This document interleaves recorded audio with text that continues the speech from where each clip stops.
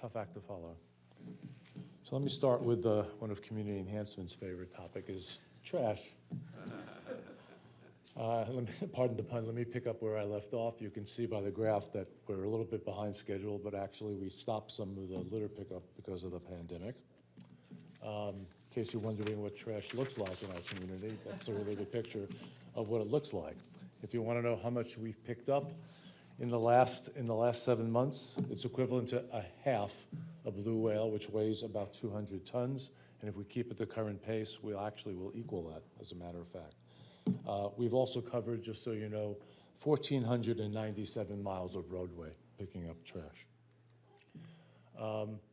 This is some metrics for our code enforcement section of the puzzle. You can see we spend most of our time dealing with tall grass and tall grass complaints. I'm going to skip that slide for a moment. We've also started, once again, to do community cleanups, which again, we stopped during the period of the pandemic. This is Berwick Village, which we just did 2 weeks ago. The Keep Chesterfield Beautiful team worked with the police department, citizens of Berwick Village, Choice Waste, SOAR, and volunteers to make this a very successful event. You might remember, and Ms. Haley, I thank you on this particularly, you've changed some of our regulations with respect to blight. We blighted our first 2 properties. This is Old Bonaire, where there was an abandoned house and a shed, and the neighborhood was quite upset with it.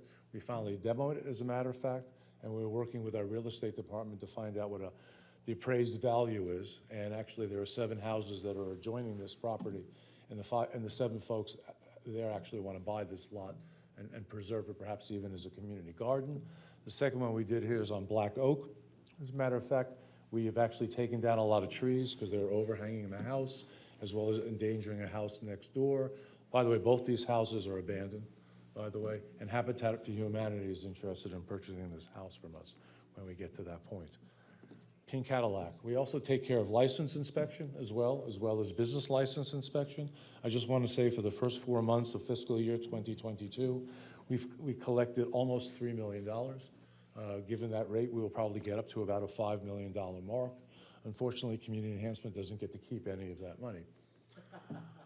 In terms of housing, this is a Maggie Walker. He went past that pretty quick, didn't he, Mr. Chairman? I don't know. This is a community land trust house, as a matter of fact. One of the 2 Maggie Walker Land Trust house that they've done, aside from another picture I will just show you. Here's what the interior of the house looks like, as a matter of fact, and that's one of the ones that have been sold. While I'm on the topic of houses, let me say that with using our CDBG and home program money, we have spent a total of $887,000, and we've actually repaired 53 homes during the course of the last fiscal year. Here's a picture of the prospective house that we're going to have on Ettrick Landing, which is a 10-unit subdivision in your district, Mr. Carroll. We now have all the money necessary to start the project. We'll begin infrastructure improvements, hopefully this month, and start working on the first house actually in February. Question, comments? Sure. Carol. I got a report the other night that the bids that came in for the infrastructure were almost twice what the initial bids were. I'm assuming you're familiar with that. Yes, I am. And you're still going to have the money to move forward? Well, Maggie Walker's negotiating with the lower of the 2 bidders to see what we can do. But yesterday, if you hadn't read, anyway, Plan RVA and Partnership for Housing Affordability are actually going to contribute $400,000 to this project. So we're pretty close to making up the different. Because then the initial bids were almost double what their initial cost was. Yeah, sure. Bermuda Estates, if you haven't had an opportunity to take a look at the video, Communications and Media did just a wonderful job on the video. As a matter of fact, this is one of the first 2 houses that are there. And if you haven't taken a tour of it, I think we can arrange that with Project Homes. They made about an hour presentation yesterday in front of the Planning Commission. We also have an emergency rental assistance program. You might recall that you allowed the county to actually be one of the 2 counties to operate their own program. The state of Virginia happens to lead the nation in the amount of money that has been distributed, and I'm happy to say that the county actually is ahead of the state in terms of what we've been able to give away. We've given away $16.8 million. We have helped 739 unique landlords, serving 2,104 unique households, and serving 6,712 people. We have enough money to go through the end of the month. And if you haven't seen this, jurisdictions that across the United States that have not spent their money are going to have to give their money back to the Department of Treasury.